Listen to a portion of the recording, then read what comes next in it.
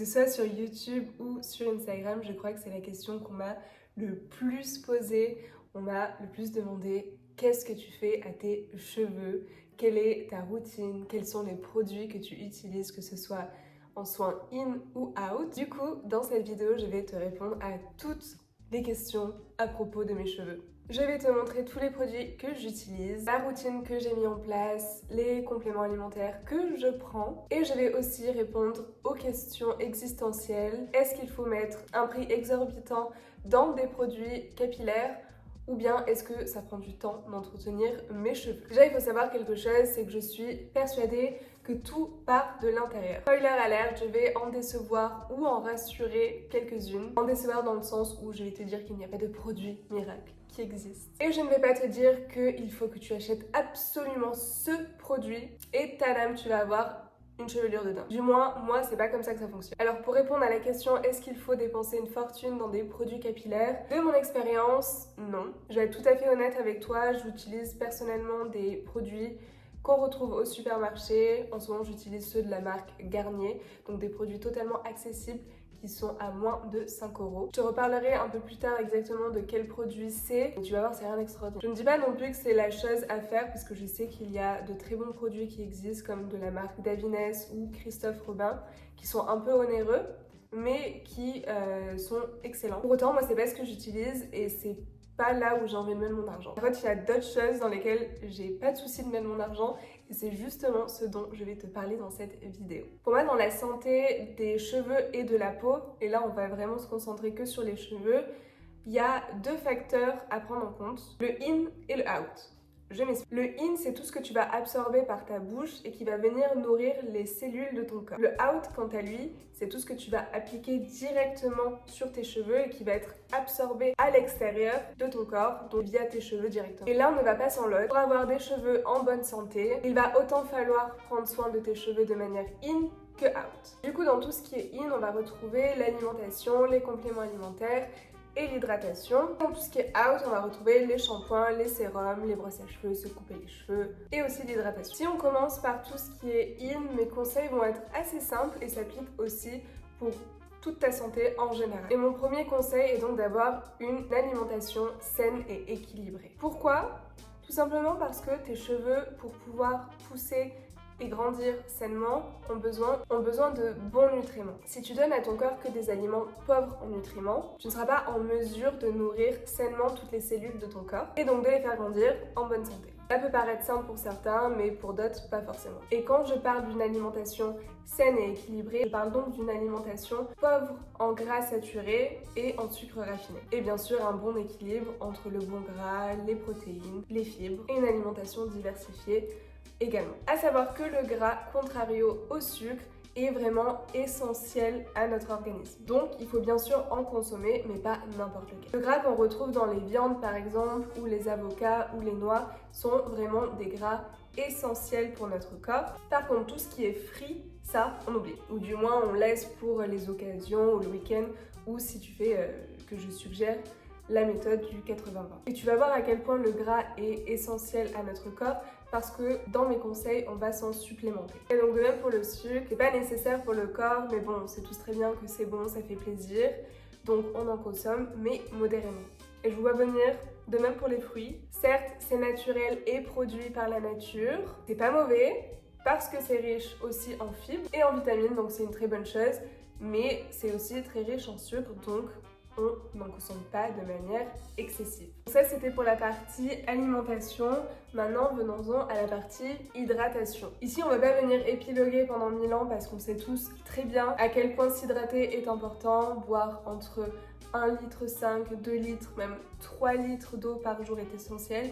Tout dépend de ton métabolisme, de ton activité sportive, etc., de plein de facteurs, mais au moins 1,5 litre par jour. Et donc si il est si important de boire de l'eau pour son corps, tu t'imagines bien que c'est aussi essentiel pour ses cheveux. Premièrement, ça va aider à hydrater le cuir chevelu, qui va venir stimuler la croissance des cheveux et ça va venir aider à transporter les nutriments essentiels aux follicules pileux. Et ces nutriments, comme les vitamines et les minéraux, sont essentiels pour la croissance et la fortification tes cheveux. Et aussi à savoir que les cheveux sont constitués à 25% d'eau. Donc en maintenant cette proportion, tu permets aux cheveux de rester souples, brillants et résistants aux dommages. Une déshydratation chronique peut mener à une sécheresse du cuir chevelu et à une diminution de la qualité des cheveux, pouvant donc entraîner leur chute. Du coup, d'où l'intérêt d'avoir une bonne hydratation. Et enfin, l'eau joue aussi un rôle important dans l'équilibre hormonal, parce que les déséquilibres hormonaux peuvent affecter la santé des cheveux, provoquant des problèmes tels que la chute de cheveux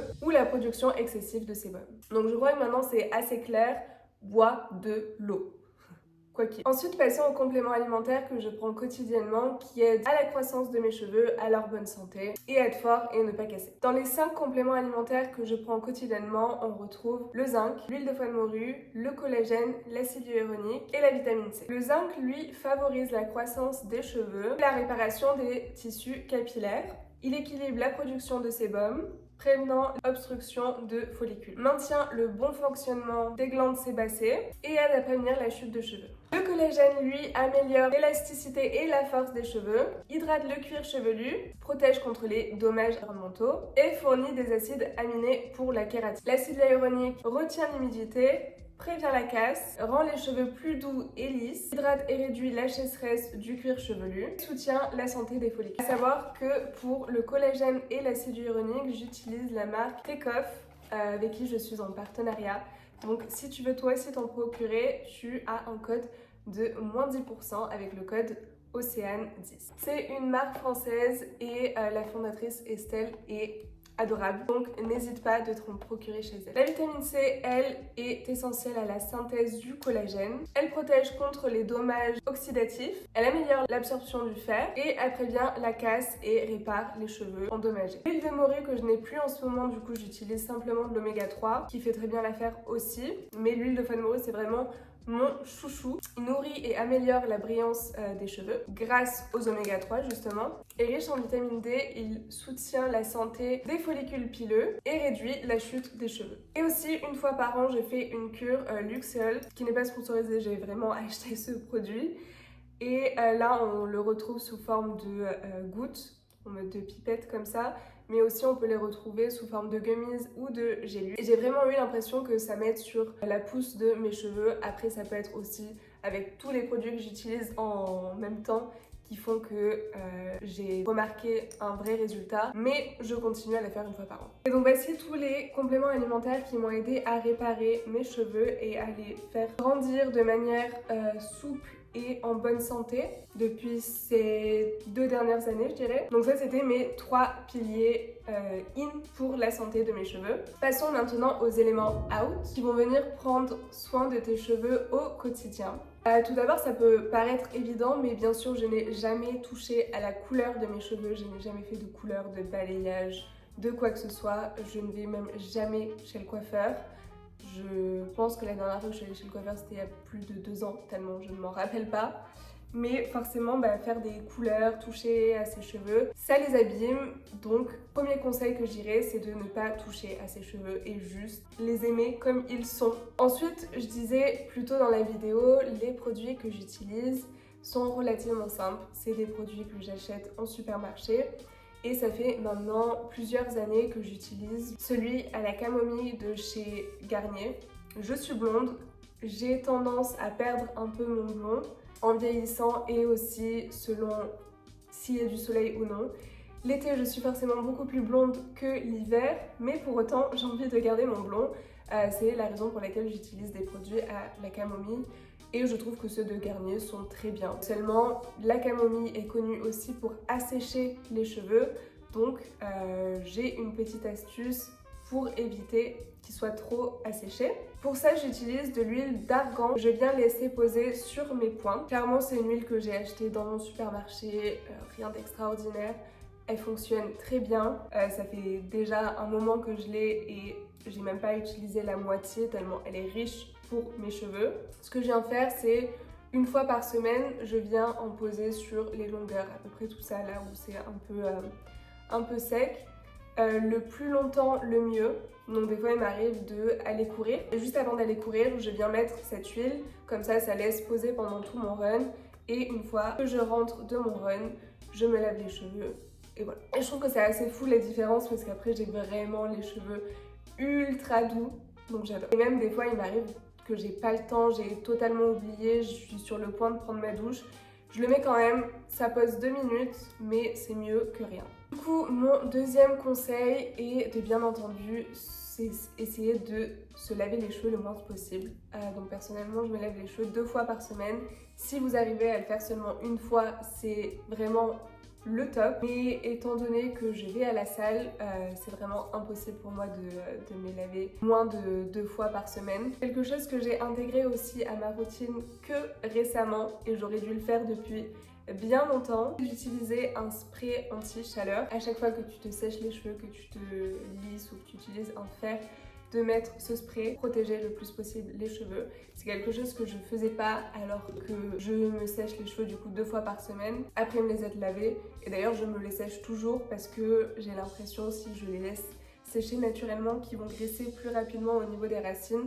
Donc généralement, là surtout en été qui commence à faire chaud et que j'ai pas envie de me sécher entièrement les cheveux, je me sèche seulement au niveau des racines et après je laisse les longueurs sécher naturellement. Et aussi à savoir que j'utilise le fer à lisser absolument tous les jours pour faire mes boucles. Donc c'est pas forcément un modèle, c'est pas quelque chose qui est bon à faire pour le coup. Et si tu le fais, au moins utilise un spray anti-chaleur. Ensuite, en termes de brosse, j'utilise une brosse de chez Tangle Teezer. Encore une fois, ça c'est une habitude que j'ai mis en place il y a seulement quelques mois. Honnêtement, je trouve une réelle différence entre une brosse normale et les Tangle Teezer. Je trouve qu'elles me font des cheveux ultra doux, même encore plus brillants. Et je trouve qu'elles cassent aussi moins mes cheveux. Je perds quand même mes cheveux, mais j'ai l'impression que j'en perds un peu moins depuis que je l'utilise. Donc aussi utiliser une brosse comme ceci va permettre d'éviter les chutes de cheveux, de les rendre un peu plus brillants et doux. Et ça, on dit pas. Et franchement, elles sont quand même abordables. Je crois qu'à 15 € à Sephora, en sachant qu'une brosse, on l'utilise pendant des mois, voire des années. Donc honnêtement, ça vaut le coup.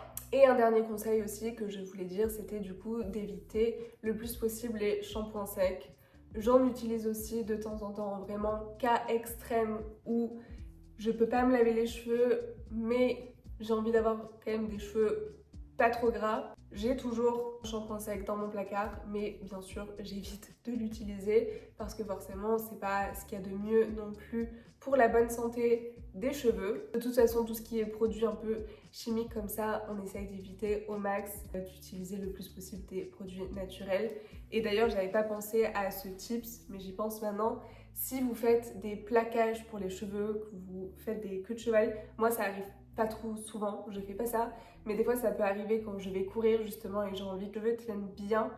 Je n'utilise pas de gel, mais j'utilise un gel à l'aloe vera, donc quelque chose de totalement naturel. Alors oui, ça va pas être aussi incroyable qu'un gel, ça va pas fixer comme un gel forcément, mais ça fait quand même l'affaire et c'est naturel. Et le mien, je l'avais acheté chez Aromazone. Donc tu vas voir que dans cette vidéo, la partie in est bien plus conséquente que la partie out et c'est justement la raison pour laquelle je voulais faire cette vidéo. C'était pour te montrer que pour avoir des beaux cheveux, il n'y a pas grand chose finalement qui passe par l'extérieur, c'est surtout tout ce qui passe par l'intérieur et qu'il n'y a pas de produit magique.